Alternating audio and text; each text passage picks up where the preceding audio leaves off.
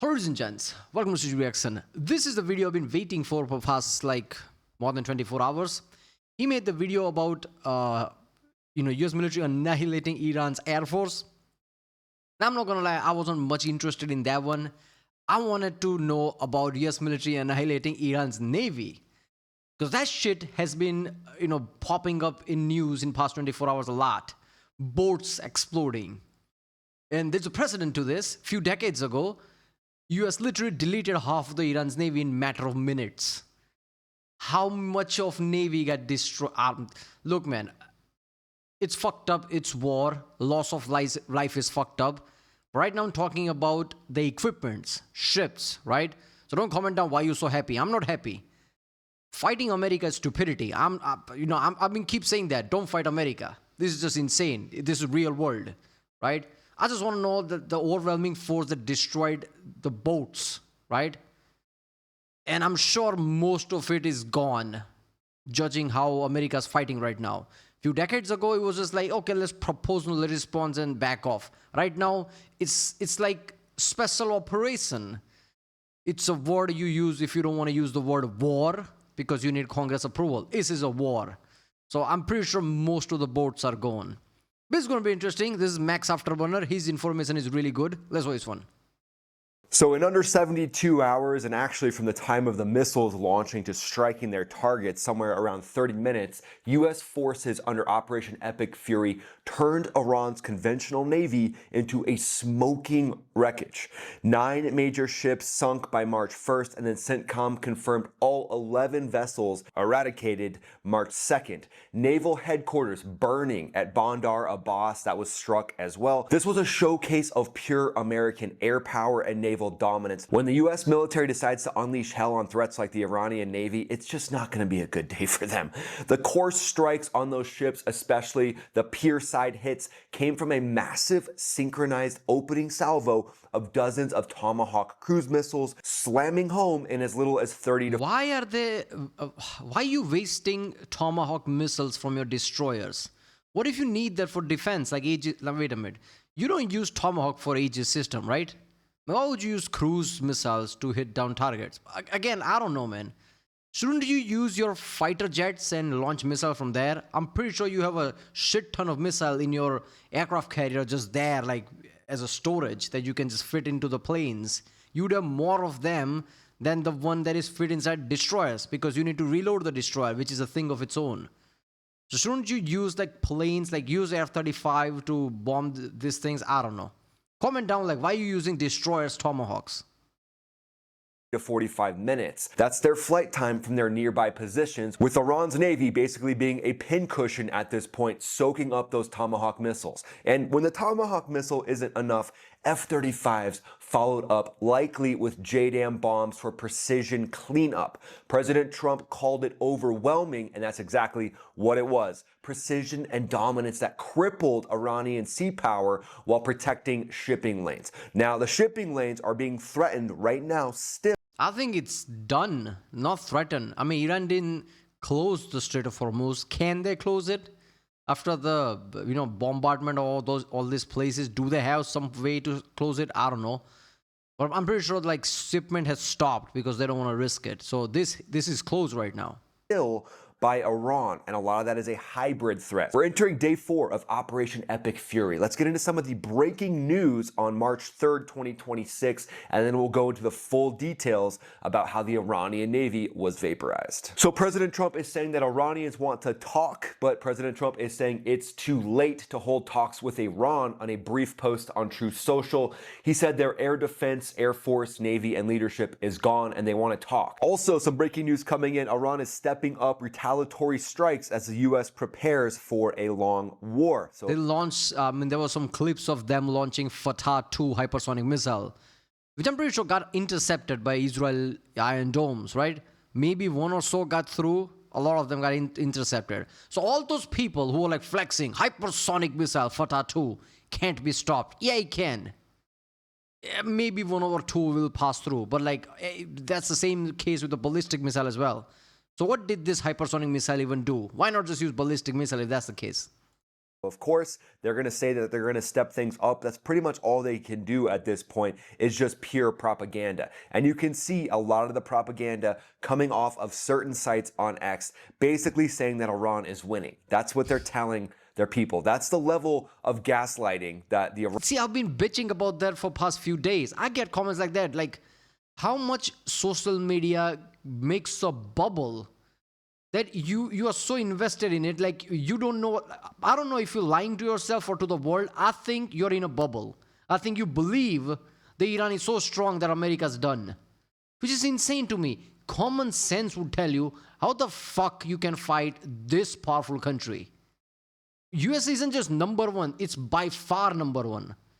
The second country is not at second number, it's like seventh number. Second to sixth numbers are empty. That's how far away USA is.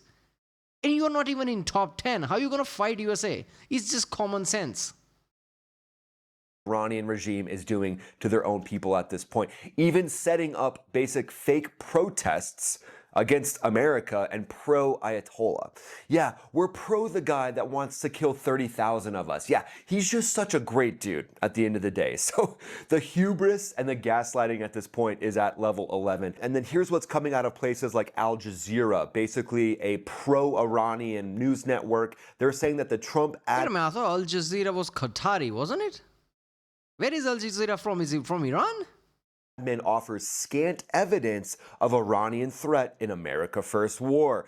Yeah, the scant evidence, Al Jazeera, the 3,000 ballistic missiles that are the revolver held to the head of the Middle East, and seeing these Shahed drones and ballistic missiles strike residential areas.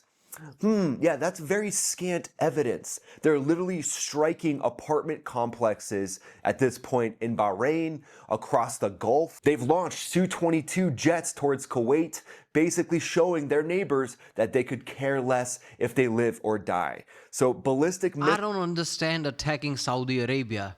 Isn't Mecca in Saudi Arabia? Isn't Saudi Arabia supposed to be your holy place? How could you attack your holy place, right? Right? I'm pretty sure. Am I confused? Isn't Mecca in Saudi Arabia? So how do you attack Saudi Arabia? That's weird to me. Complete ballistic missile coverage of that entire area would protect any nuclear weapon that they would get. And then Qatar says Iran didn't warn of missile attacks, no comms with Tehran at this point, because a lot of the leadership in Iran is basically gone. So at this point, a lot of the leadership is gone. And this video probably was posted before. Literally a few hours ago, clerics, a lot of them converged in one place to choose the next successor and counting the votes. US, I'm guessing US, maybe Israel, blew up the building, killing all of them. Why are you still gathering in one place? The first time it happens, you're like, oh, I'm never doing this again. Why did you gather all together in second time? What is happening? How many top people are dead now? Is anyone even left? This is a genuine question. Like your military, leadership, most of top of them are dead. Your religious, top layers of people are also dead. Who's left? And there could be factions that are just launching these ballistic missiles with no plan. They likely have a lot of pre-planned coordinates in these ballistic missiles, and they can just blast off. They're hitting residential areas. They're obviously still trying to strike Tel Aviv, but the interception rate of these missiles is pretty astounding. 90% interception rate, which is great, but obviously it's still a threat at this point. I mean, 90% just still means 10% will pass through, so there will be explosions, right? That is what we've been seeing. Like, they have 3,000 ballistic missiles. Even if you intercept a lot of them, few will pass through. And that is what we see in news. Because it's so unpredictable about where these things are going to go. America is urging U.S. citizens to leave 14 Middle East countries amid the Iran war due to serious safety risks. We've seen the embassies in Saudi Arabia, Pakistan, across the entire region, embassy in Qatar, are being targeted by Shahed drones. Embassies are getting attacked, man. This is some next level shit. From Iran, also ballistic missiles hitting in and all around these different countries. Oil prices are obviously... Look, I'm just going to say this. Maybe this will piss off a lot of you Americans. But you have too much fucking money. You can spend money and justify. Biden gave away $1 trillion during COVID like it's even nothing. Just you get money like it's nothing. You can spend $1 trillion extra. How about every single embassy you have, you put some badass defenses there, multiple THAAD and Patriots in just one embassy. So at least, doesn't matter what happened, at least your embassies never get touched. If there is a country that can do that, it's yours. I think that will happen from now on. After getting bombed the shit out of all the embassies, I think future America will be like, you know what, let's put defenses here. Surging right now, and I'm going to get to that and why that's happening with the relative soft closure of the Straits of Hormuz. And then there's some rumors coming out that the newly appointed supreme leader of Iran, Ayatollah Arafi, has been killed in an airstrike just hours after being given the role. So again, the life expectancy for a new Ayatollah in Iran isn't very long at this point. And then this is interesting. This is from the Los Angeles Times. And they said that toppling Iraq's Hussein unleashed chaos and why Iran poses similar risks. Well, obviously, there's going to be similar risks to that. So I just think it's something that we got to talk. People, chaos will always result in chaos. And this is chaos. The way America invaded Iran will result in chaos. But you have to ask yourself, did you add alternative? Did diplomatic talks work? Clearly not. Was Iran close to making nuclear weapons? Was Iran, like the earthquake happened recently and people actually questioned, are Iran testing nuclear weapons underground? No, seismic levels are different, so it's probably natural one. But the reason you have to ask this question means like they are close to it. If they're like Pakistan has a nuclear weapon, do you understand that? I'm pretty sure it's the only Islamic country that has a nuclear weapon. And India always panics. Do you have any idea the level of shit India had to buy? The level of defenses India had to buy just so like for some reason we don't get nuked. Because whenever you add any kind of like religion into your military strategy, you don't know what's going to happen. So death to America, how serious was that? Right? Because they always says that. Now is that just a phrase or do they mean it?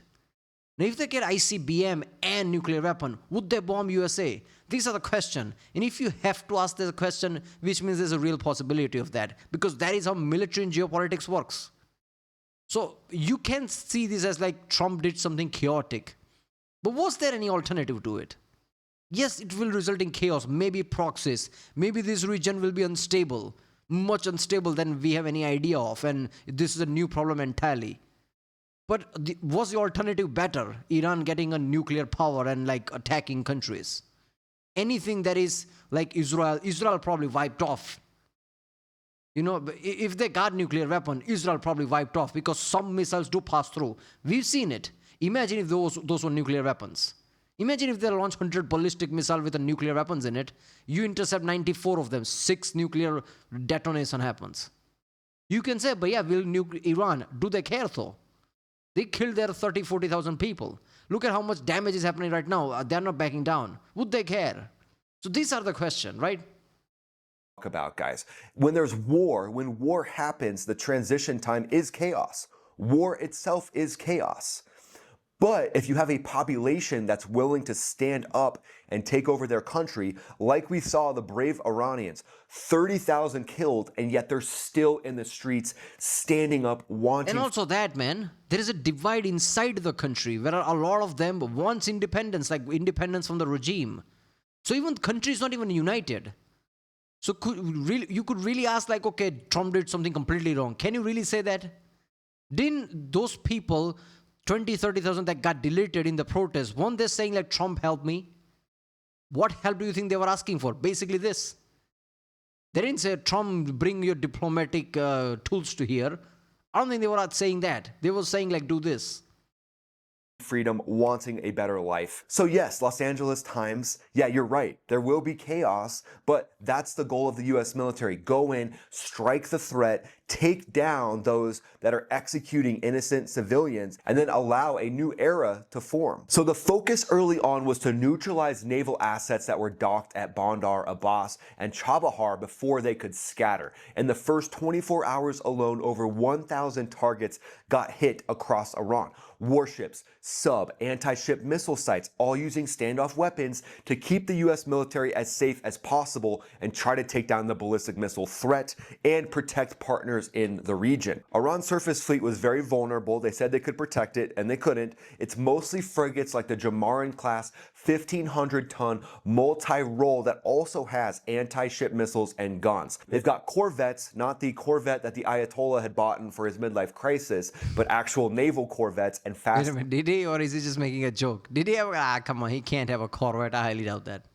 Attack craft, plus bigger auxiliaries like the Macron. So the US military exploited that, hitting them pierside. By March 1st, Trump announced 9 ships sunk. CENTCOM followed up, confirming all 11 in the Gulf of Oman were gone, vaporized, including specifics: Jamarin Maj-class corvettes sunk at Chabahar piers. The primary weapons for the ships were likely the Tomahawk cruise missile, fired in coordinated salvos from guided missile destroyers like the USS Thomas Hudner and USS Frank E. Peterson Jr. Subsonic 550 miles per hour. I mean, Tomahawk is basically untouchable if you think about it. You need really, really sophisticated defenses. The whole point of Tomahawk is to be subsonic, hugging the ground at certain level. Not that close, but you understand. Hugging the ground somewhat and bobbing and weaving, evading radar. How are you going to take it down, right? Unless you know pinpoint where it is and send a jet after it. How the fuck no Sam's going to attack it. So yeah, send in Tomahawk, it will hit. Where is anything else when you know Tomahawk will hit? Our 1,000-pound piercing warheads uniquely designed to take down these ships. GPS and terrain matching guidance for pinpoint accuracy on static targets. Flight times to Iranian ports average somewhere between 30 to 90 minutes. The US strategy of shock and awe exploited the enemy and took care of business by going hard, deep, and fast, and satisfying even the most demanding customer.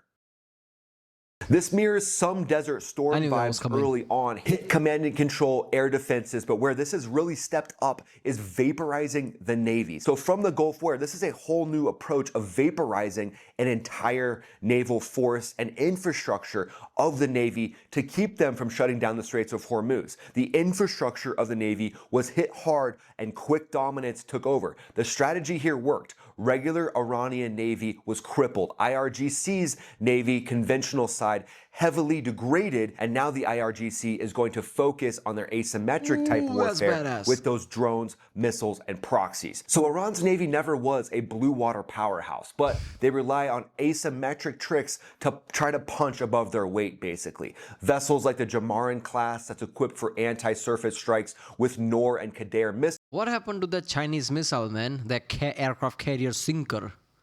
Was that just talk? Chinese SAMs didn't work, just like in Pakistan. Same SAMs that were there didn't work. This is massive slap in China's face. Like, your shit is not working. America can literally flex. When did your things work? Not in Venezuela, not in Pakistan, and now not in Iran. Missiles, point defense SAMs, and basic ASW torpedoes gave them some standoff punch, while older Alvand-class derivatives and converted ships like Makarin added forward basing and drone support. Post-strikes, their big surface ships are toast. Jamarin types are sunk at piers, frigates are ablaze at Bandar Abbas, but the IRGC Navy still is reported to have hundreds of smaller, fast attack boats that are loaded with anti-ship missiles like the Qadr or Nor that they're trying to use for swarm hit-and-run tactics. And that's why the IRGC is saying that the Straits of Hormuz are closed, because they've got these kamikaze-style boats, drones, unmanned surface vessels even, that they're using to threaten the shipping lanes of the Straits of Hormuz. There's no reported widespread mining yet, but that is a tactic in the playbook of the IRGC. But the fear factor alone saying that the straits could be mined and that they will use... I'm pretty sure, what do you call that? Littoral ships. I'm pretty sure there's at least one littoral ship touching Iran right now. I'm pretty sure its job is to like clear mines, right? That's why it's there. kamikaze craft to go after commercial vessels, has commercial vessels basically putting their own stop on traffic right now. Traffic has dropped 70% in the Straits of Hormuz. It's not a physical blockade from Iran. It's a basic de facto shutdown through selective attack threats and just intimidation at this point that a lot of commercial vessels are like, yeah, we don't really want to risk that right now. The U.S. Navy could open it at the snap of a finger doing escorts and other missions, but at this point they're focused on an offensive tactic to take down the IRGC, to take down the anti-ship missiles, the drones. Yeah, see, the thing is, even countries like India, I think, would pitch in. Because India relies in foreign export for 90% of fuel exported from outside. And at least half of them come from Strait of Hormuz. Even though India probably has reserved for a few months, they still would be like, you know what, escort, yeah, we'll chip in. I think they could do that. And there's a real element, like Iran might not want to shoot down Indian things, because why make India enter the chat, right? Already enough countries are. USA, Israel is, now France, UK is too. Like, you don't want India to enter chat because India is literally just there, other side of Iran, right? And India is slightly bigger than you would think. Yeah, and India has been somewhat neutral, maybe. I don't know. India was investing in a port in Iran, Chabar, I forgot some name. This year, they just cut complete funding before all this. Because I guess India realized, shit, this is happening. You know what? Israel is our ally and defense partner. Might as well cut off all the funding. So we know where India will fall if, like push come to shove to choose sides. Swarms and the ballistic missiles. So then at that point, once the IRGC infrastructure is completely eradicated, then there won't be any credible threat and commercial shipping will pick back up again. Because at this point, the IRGC's remaining navy is like a drunken boxer that stands up from a knockout and is just trying to throw haymakers into the air. But vaporizing Iran's navy in under 3 days, and really in under 45 minutes if you think about it, with F-35 sorties also adding to those Tomahawk missiles, is just wild. It shows pure US air and sea dominance. Everything was built for standoff precision at this point. So those Tomahawks give you the ability to go in, strike first, strike fast, and then also the Tomahawks could take down surface to air missile sites. So then the F-35s can roll in right after the Tomahawk missiles and take down the frigates, take down any of the Iranian Navy that they want with 500-pound JDAMs. Likely that was the star of the show. 500-pound JDAMs, 1,000-pound JDAMs to finish off the job, and that's more surgical precision added on to the Tomahawks. Asymmetric stuff still exists right now, but that will be plinked off as well, likely by fourth-generation jets like F-16s, F-15Es, even A-10s going in, strafing drones, strafing ballistic missile sites, and strafing some of their small... The fuck? You have A-10s with a lot of 30mm gun. That's what they do. Why not send that against the drones? This is what it can do. It's a purpose for, A-10. Like, you could give it a purpose. Like, drones are a big threat. Just use that. Smaller fast attack craft. This was a masterclass in joint operations. Cruise missiles leading the charge, followed up by F-35s rolling in with 500-pound bombs. And when you're bombing ships, you have to be very precise and hit the exact part of the ship that gives you the most effective hit, because you want one shot, one kill. Whether that's with a Tomahawk or with a JDAM, you don't want to have to reattack. And you also have to create silent corridors, and that can be made by F-22s and F-35s, taking down any surface-to-air missile threats that could be coming in trying to hit you as you're going up against the Navy. So it's a coordinated effort across the entire spectrum. Cyber warfare, space warfare, and then rolling in with F-22s, F-35s, take down the different missile sites. Tomahawk F-22s was a scary shit, man. Not gonna lie. Every time I see that, it's like, holy shit. What objectives do they have? Because that's scary. Oh, 5 F-22s are in the air. Why? What are they doing? What? There's no plane in the sky. What are they gonna do? It's just scary shit. Missiles hit and then follow that up with F-35s rolling in as the surgical scalpel to finish the job. And then on top of that, the US has unleashed LUCAS, for you acronym lovers out there. Low-cost unmanned combat aerial systems that are one-way attack drones that have made their combat debut already in this war. They're low-cost saturators that can hit smaller vessels. Even America joined this team. Israel was doing that. I'm pretty sure Israel has drones. I'm pretty sure India bought from Israel these drones. Obviously, Iran has it. Other countries, because of Iran, also has it. America said, fuck you, what drone? I'm not doing that. And America's like, fine, temporary, I'll take drones. I'll make drones. Why not?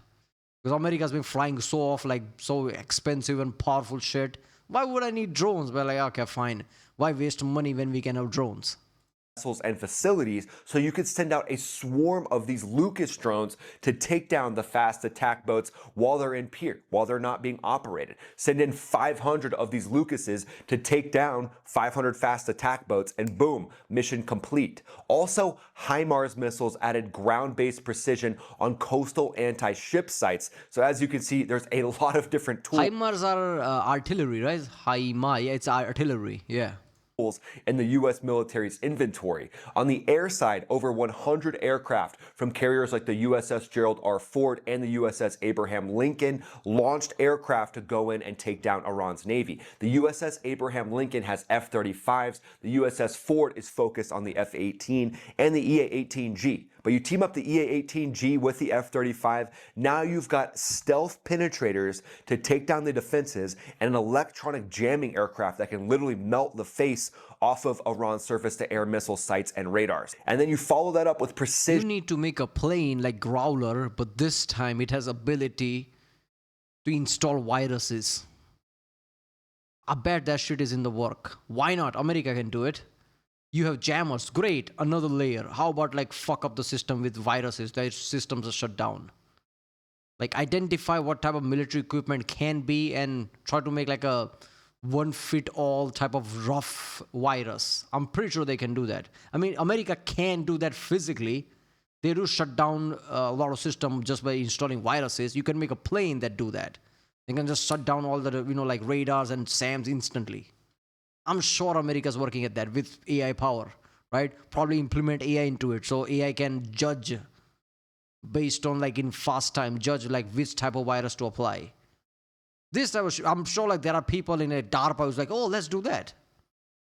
After the Tomahawk salvos with F-18s, the Striker version of the F-18 Super Hornet rolling in and dropping weapons on the actual Iranian Navy. F-16s bringing in extra strikes, F-15Es coming in as well, striking down the asymmetric parts of Iran's Navy will likely continue here for the next few weeks. They've got a lot of them. They've got hundreds of fast attack boats, thousands of drones, and then missile sites that will pop up every now and then and need to be dealt with extremely decisively. This is classic SEAD, suppression of enemy air defenses. You dismantle the integrated air defenses, the IADs, you target the leadership, and you take down the asymmetric ability of Iran to execute any type of naval power or threat. So let's move to the 4D chess strategic analysis section. And as you know, saying 4D chess just makes me feel really cool. So the US and Israel moved very decisively to eliminate nuclear and missile threats while degrading naval projection. Again, naval projection was a big part of what needed to be taken down. Sinking key surface combatants like the Jamaran class that could threaten the Straits, all to prevent a bigger catastrophe. Motivations here are clear. Stop Iran from ever going nuclear, crush their ability to terrorize shipping or proxies, especially in the Straits of Hormuz. Likely outcomes, what will we likely see here? Well, the regime is extremely weakened, and at some point, probably after about 3 to 4 weeks, the gladiator thumbs up will be given to the Iranian people to move in and completely take over the new government. That's just my opinion, but it looks like to me this regime is incredibly weakened, and the leadership in Iran does not have a long lifespan at this point. Global energy markets are obviously rattled with oil prices going up now, but I think over the next few weeks, we'll see it start to dip as the US eventually will fully open up the Straits of Hormuz and eliminate any intimidation from the IRGC. So let's move to a hypothetical situation. So let's say Iran ramps up asymmetric hits, more drone swarms on tankers, fast boats harassing any type of commercial shipping, and then mining the Straits of Hormuz. Once the US fully focuses their attention on taking down this asymmetric naval warfare, at that point it'll probably just be a week or so and the Straits will be fully open. An incredible offense going in and striking down any of the ballistic missile sites, trying to get those ballistic missiles to fully stop firing. That's the #1 goal right now, in my opinion. And then at some point it will shift to taking out all the asymmetric asymmetric threats of the IRGC. And what that's going to be is an air tasking order. That's the different orders that are given to the 4th and 5th generation fighters and other aircraft to start plinking off and taking down pre-planned targets, which a lot of those targets will involve the guerrilla warfare operations of the IRGC's Navy. Operation Epic Fury, it's showing the world right now military power and execution at its finest. U.S. Navy crushing the Iranian Navy, teamed up with the U.S. Air Force, vaporizing the Iranian Navy over the course of a couple days. F-35s dropping JDAMs for cleanup. If a Tomahawk isn't enough, just use an F-35. Iran's asymmetric games are keeping things a little bit dicey at this point, but that will likely be ground out here in the next few days or next few hours. More strikes are on their way, it looks like, and Iran's rhetoric is ramping up. So what do you think happens? Yeah, I think after the embassy thing, Trump said, yeah, these bigger strikes are now coming. Before it wasn't bigger, now it's bigger, which just makes me think like, what, like 5,000 strikes? Because the initial was like 1,000 or something. Like, damn, all right, combine 1,500 with Israel. Yeah, I don't know, man. This shit is just like, you can't, like, if you up the ante, America will just keep doing up. Like, this is like a poker. You're playing poker and you're, like playing with a guy with unlimited money. Anything you do, you'll just like double it every single time. What you gonna do then? This is insane. The level of system work like, just like, yeah, the entire Navy is destroyed like that. There you go. Air Force was already destroyed. Every time they launch just some missile, like the satellite picks up the location, they bomb it. Launchers are getting destroyed and destroyed. How many launchers are even left? This is just insane, man. I mean, with the earthquake, people are literally afraid, like, holy shit, is this nuclear testing? But no, it wasn't. It was natural. But there is that risk. Like, what if they somehow manage to make, like, this, like that Hollywood level shit, last climax. Somehow they manage to make one last bomb and somehow launch it. Holy, that, I don't know. This feels like really, like, probably not gonna happen. But what if that happens scenario? Holy shit. Imagine that. I mean, obviously, people will nuke the shit out of Iran because they launched nuclear weapon. That's how it works. That's how, like, it's a given thing in the world. If a country launches a nuclear weapon, every other country launches nuclear weapon at them. Deterrent. But would Iran care? Would the, like IRGC and like top people, would they care? That's the fucked up part. I don't know. Right, well, if you like my next one, subscribe and I'll see you next time.